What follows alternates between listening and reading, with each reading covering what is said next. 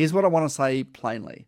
The firms that treat AML Tranche 2 purely as a compliance exercise are going to get through it. They'll tick the boxes, they'll collect the documents, and they'll fill the paperwork. And in 6 months, they'll be exactly where they were before, doing compliance work at whatever rate the market allows, slowly watching margins compress as AI handles more and more of routine tasks. The firms that treat it as a business development opportunity are going to use the next 2 months to have better conversations with their clients than they've probably had in years.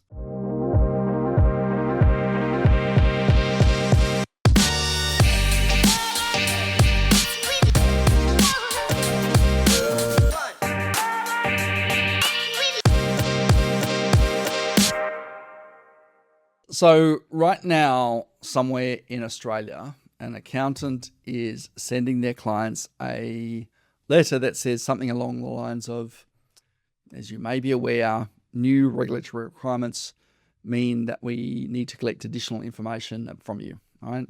Please send a copy of a driver's license and proof of address at your earliest convenience.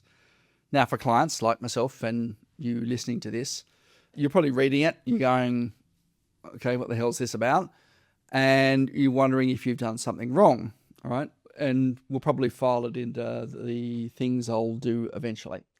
Now, from the accountant's perspective, they've gone, whew, thank God. They'll tick the compliance box and the relationship gets a little bit colder. But that's not the only way to do this. And here's why. The AML Tranche 2 reforms, which is a very easy way to say the Australia's anti-money laundering and counter-terrorism financing reform. Okay, massive mouthful. Typical government wording. But it kicks in on the 1st of July 2026. So depending on when you're listening to that, it's imminent or, it's just sort of happened. Now, if you're an accountant, you probably already know about this, right? You've been to webinars. You've read the Chartered Accountants ANZ guidelines. You know that you need to enroll with AUSTRAC, conduct risk assessments, set up customer due diligence processes, appoint a compliance officer. All right, the checklist exists, and you've probably, hopefully, been working through it. But what I want to talk to you about today isn't the compliance checklist. I want to talk about what's the thing sitting, I guess, right next to that checklist that almost nobody in the profession is paying attention to, and that the firms who do notice it are going to use to pull away from their competitors and potentially from you over the next 12 months. And that's because the AML Tranche 2 reforms aren't just a compliance event. So what I mean by that is that accounting firms that handle it well are using this opportunity to have a relationship reset, a trust building moment. And if you know what you're doing, it's a very natural opening for the advisory conversation that you've been meaning to have, but have never really found the right moment for. So let's get some facts straight quickly, right? Because if you have any clients who are accountants listening to this, or if you are an accountant, you potentially need to understand the shape of what's happening. So from July 1, 2026, accounting firms providing what the legislation calls designated services become reporting entities under Australia's AML CTF Act. So the reform pulls about 90,000 new businesses into this regulatory net, and most mid-size accounting firms are squarely in the scope of this. So what does designated services actually mean in practice? Now, if your firm helps clients from companies, trusts, manages client funds, facilitates property transactions, or provides strategic advice around financial structures, you are likely captured under this net. It's about what you do, not just who you are. So the practical applications include enrolling with AUSTRAC, conducting a money laundering and terrorism financing risk assessment for your business, implementing a written AML CTF program, doing some customer due diligence against your customers, which might be 1 or 10 or 100 or 1,000, depending on how many customers you have. And also means verifying who your customers and your clients actually are, as well as monitoring ongoing client activity and reporting everything suspicious. You've effectively become an arm of government in this case. So to put it plainly, accountants are now being held to the same standard as banks. Now, that's a significant shift for a profession that has historically operated on just professional judgment and long-term trust relationships. And this is where it gets interesting from, I think, a business growth perspective. Because here's what's happening happening as we speak, hundreds of thousands of accounting firms across Australia. So a firm, as an example, sends out a bulk communication, or worse, has their admin team call clients individually, asking for identity documents, source of funds information, beneficial ownership details. Clients who have worked with the same accountant for 10, 15, or 20 years are suddenly being asked to prove who they are. Now, for some clients, that's fine, right? They understand the regulatory change. They'll email through their documents and get on with their day. But for a meaningful proportion of your client base, particularly business owners who have built their relationship with you on trust and a handshake, it's going to feel a little bit strange, intrusive, and potentially even a little bit insulting. Right? Why does my accountant suddenly need to know where my money comes from? Like, we've worked together for 15 years. And that's not an unreasonable response, because it's a human one. And the firms that don't plan for it or aren't implementing properly, that treat AML compliance as a back office administrative process, are quietly going to damage some of their best client relationships without even ever realizing it. The ones that do plan for it and do something completely different are going to come out ahead. So let's think about what the AML Tranche 2 is actually forcing you to do. It's forcing you to have a structured conversation with every client about who they are, what they own, how their business is structured, and what they're trying to achieve. Now, you need that information for compliance, but also, if you approach it right, the richest advisory conversation you could possibly have. So many accountants have clients that have been doing compliance work for years without ever really having a biggest business conversation, right? Your tax return, your badge, your end of year financials, done, stamp, rinse, repeat. AML gives you a reason, actually a legitimate regulatory reason, to sit down and go deeper. Not, hey, we need your driver's license for compliance purposes, but we're reaching out to all of our clients as part of the new AML requirements. Rather than just collecting paperwork, we'd love to use this as an opportunity to catch up properly, understand how your business has changed, what your goals look like for the next few years, and make sure that the advice that we're going to give you is actually matched to where you're headed.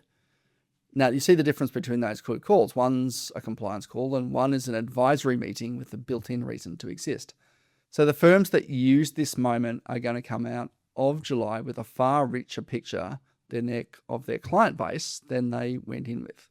They'll know which clients are growing, which ones are thinking about succession, which ones are happy where they are, and which ones have structures that made sense 5 years ago but maybe need revisiting.